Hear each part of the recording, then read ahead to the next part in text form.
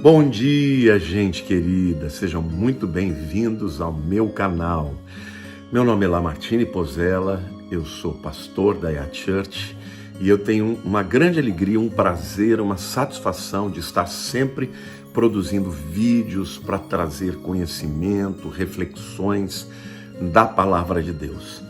O tema do vídeo de hoje é em resposta a muita gente que me pergunta: Pastor Lamartine, o inferno é eterno? Bom, esta é uma pergunta que divide, as opiniões no meio da cristandade. Existem muitas opiniões diferentes, eu vou falar sobre todas elas e vou depois deixar a minha opinião e aí no final nós vamos tirar algumas conclusões importantes. Antes de mais nada, é importante você entender que, segundo a Bíblia, o inferno é um lugar ou um estado no qual, por julgamento definitivo, os pecadores sem arrependimento vão estar. Ou seja, é tanto um lugar quanto um estado onde pessoas que não creram em Jesus, que não foram salvas por ele, estarão, a grande maioria acredita, por toda a eternidade. Mas nós vamos falar aqui sobre todas as posições, ou pelo menos as mais importantes que existem entre as diversas denominações cristãs. Tá bom? Antes de mais nada, é importante a gente entender que existem algumas palavras na Bíblia que são traduzidas ou por inferno ou por alguma coisa semelhante, que são palavras relacionadas ao lugar onde as pessoas vão após a morte, tá? Então, palavras que explicam o mundo dos mortos. Vamos lá. No Velho Testamento temos a palavra Sheol ou Hades. Estas palavras são traduzidas às vezes por inferno ou às vezes são traduzidas por sepultura, né? A segunda palavra que eu quero citar aqui é a palavra Tártaro, tá? Bom, a palavra Sheol e Hades se referem ao mesmo lugar, tá? Sheol no hebraico, Hades no Novo Testamento grego, é o lugar ali onde os mortos antes de Cristo, ficavam naquele chamado seio de Abraão, que tinha um abismo, de um lado ficavam os perdidos, do outro lado os salvos, não é isso? A segunda palavra é Tártaro. Lá em 2 Pedro 2,4 a Bíblia diz assim: Ora, se Deus não poupou aos anjos quando pecaram,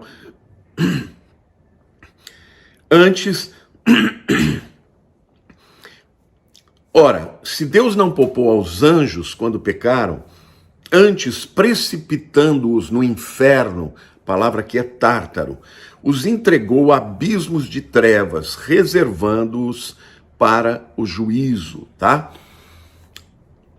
Segundo alguns teólogos, o Tártaro é um abismo que fica abaixo do Hades, tá bom? A terceira palavra que eu quero citar, que não é uma palavra bíblica, porém é uma palavra que é usada na teologia católica, que é purgatório.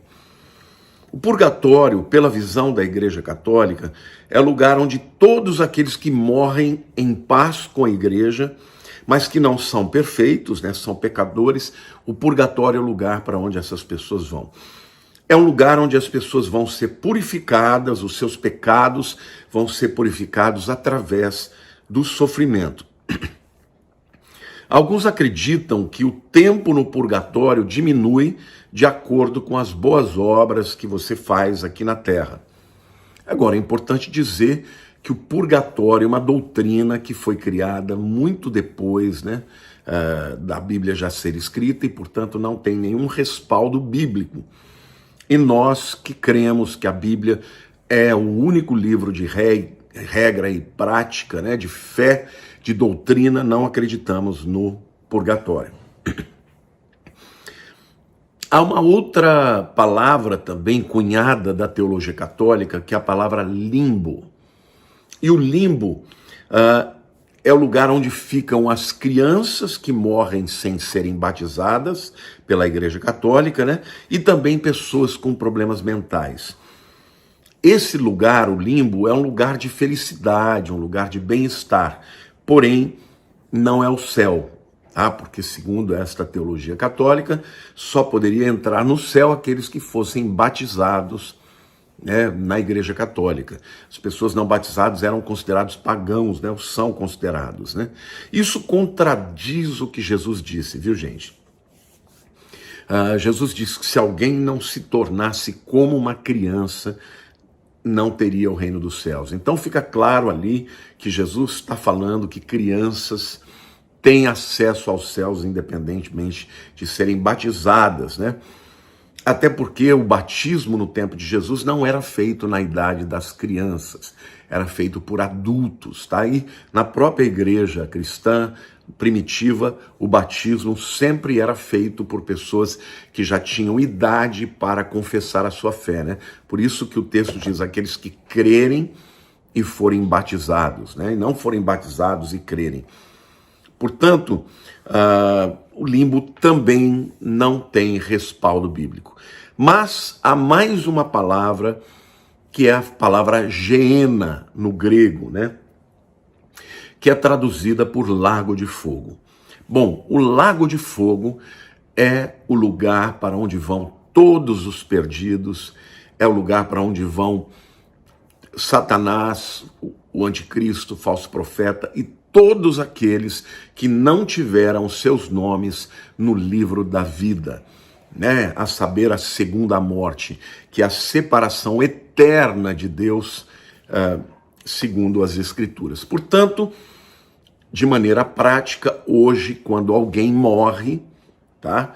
Se esta pessoa não teve um encontro com Cristo, não fez dele o seu Senhor e Salvador, esta pessoa vai para o Hades, que é um lugar onde a pessoa já está aguardando o juízo final e a condenação, mas não é o inferno definitivo. O livro de Apocalipse diz que no final de tudo o inferno e o Hades foram lançados no lago de fogo. Ou seja, todas as pessoas que estão aguardando o julgamento final, no final serão lançadas no lago de fogo.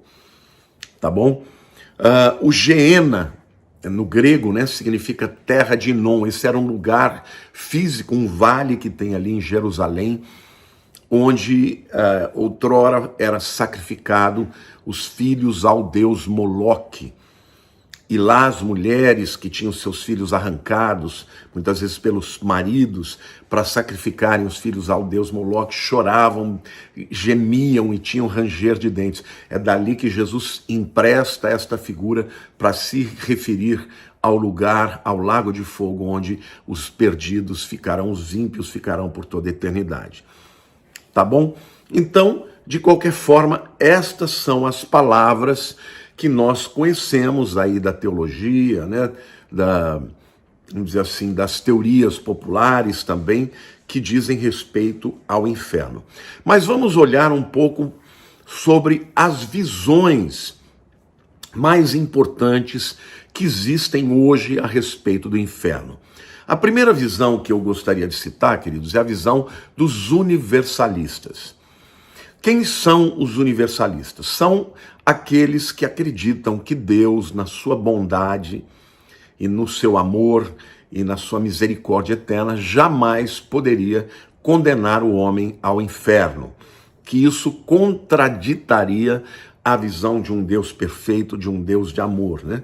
Portanto, o que os universalistas acreditam é que Jesus morreu por todos. E que mesmo que uma pessoa não tenha conhecimento da morte de Cristo, do sacrifício de Jesus, ou mesmo que uma pessoa não tenha aceito a Jesus durante a sua vida, elas não vão ficar no inferno, porque o sangue de Jesus foi derramado pela humanidade inteira, né? Alguns chegam até a acreditar que haveria um sofrimento por um tempo, o inferno seria um sofrimento, um período em que as pessoas estariam lá para entender a necessidade de Cristo como seu Salvador, reconhecer os seus pecados, a sua rebelião, e então seriam transferidos para a presença de Deus. Mas a verdade é que a maioria dos universalistas afirmam que não haverá inferno porque Deus amou o mundo de tal maneira que deu seu único filho para que todo aquele que nele crê não pereça, mas tenha vida eterna.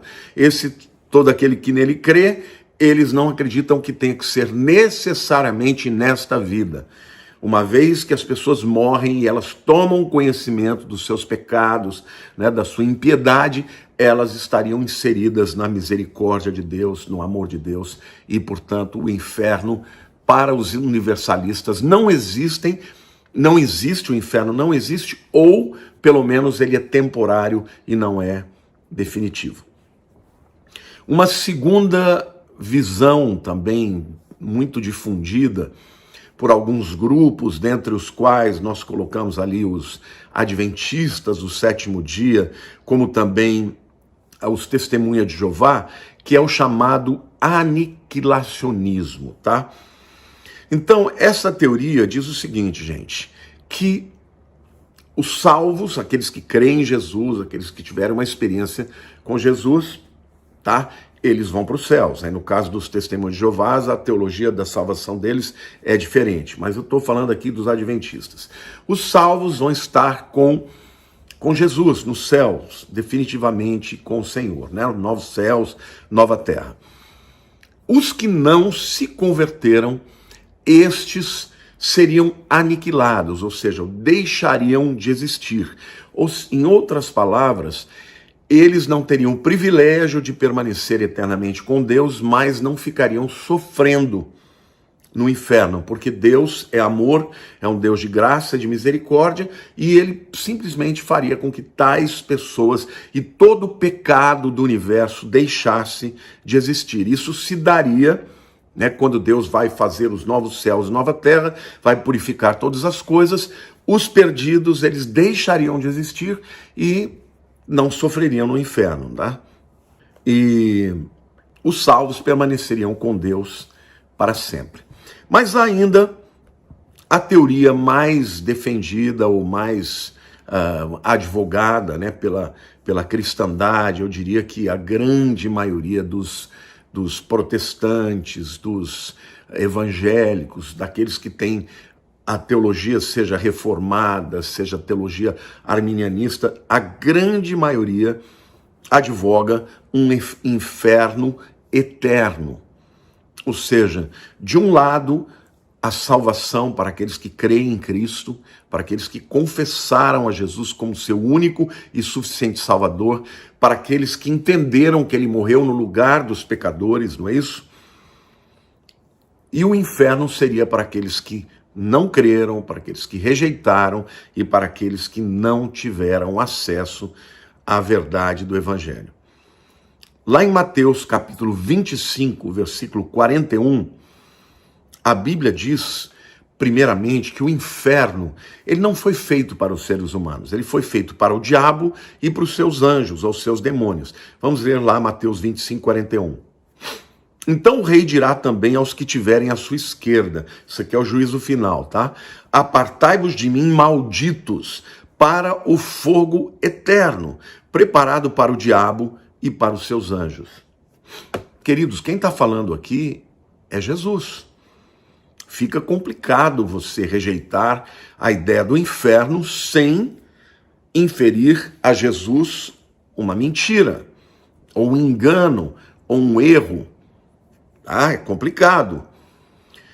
O inferno, segundo as Escrituras, também foi criado para a eternidade, ou seja, da mesma maneira que novos céus e nova terra, o estado eterno, né, o estado de nova realidade depois, no final de todas as coisas, da mesma forma que nós teremos vida eterna, a contrapartida disso é a morte eterna. A segunda morte é a separação de Deus.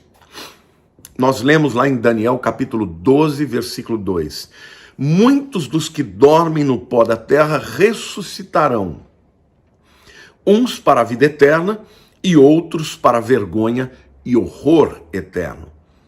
Vejam, gente, aqui você tem na mesma frase o céu e o inferno. Então, se você disser que esse eterno do inferno não é eterno, você terá que dizer também que a vida eterna não é eterna, porque a mesma palavra eterna está qualificando a vida e o horror, tá? Eternos.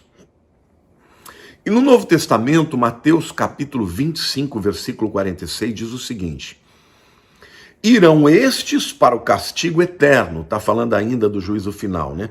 Porém os justos para a vida eterna. A palavra grega aqui é aionios. Alguns até vão afirmar que a palavra aionios pode se referir, né, na própria história, na literatura grega, como uma palavra que não se refere a um período interminável, né? Pode ser um período, um certo tempo. Por exemplo, aion pode se transformar como era, pode se transformar como geração, né? Pode ser traduzida. Só que aqui você vê que claramente que Jesus ele está usando esta palavra, que nós traduzimos por eterno, para qualificar tanto o castigo eterno quanto para a vida eterna.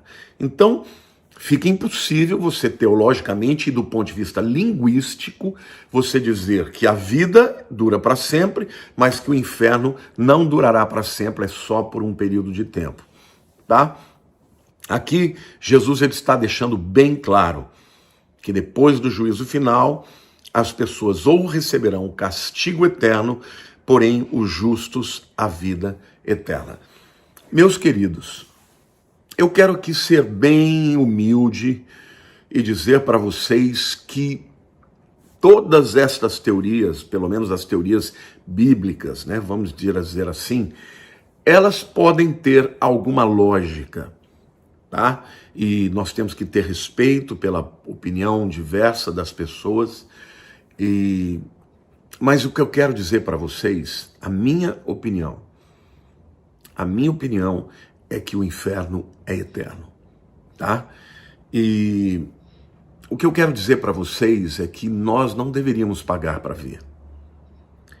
Você não deveria contar com a possibilidade de que outras teorias, como por exemplo, universalismo, em que todo mundo vai ser salvo, ou até mesmo aniquilacionismo, em que Deus não vai permitir que ninguém fique sofrendo, que essas teorias sejam verdades. E se não forem?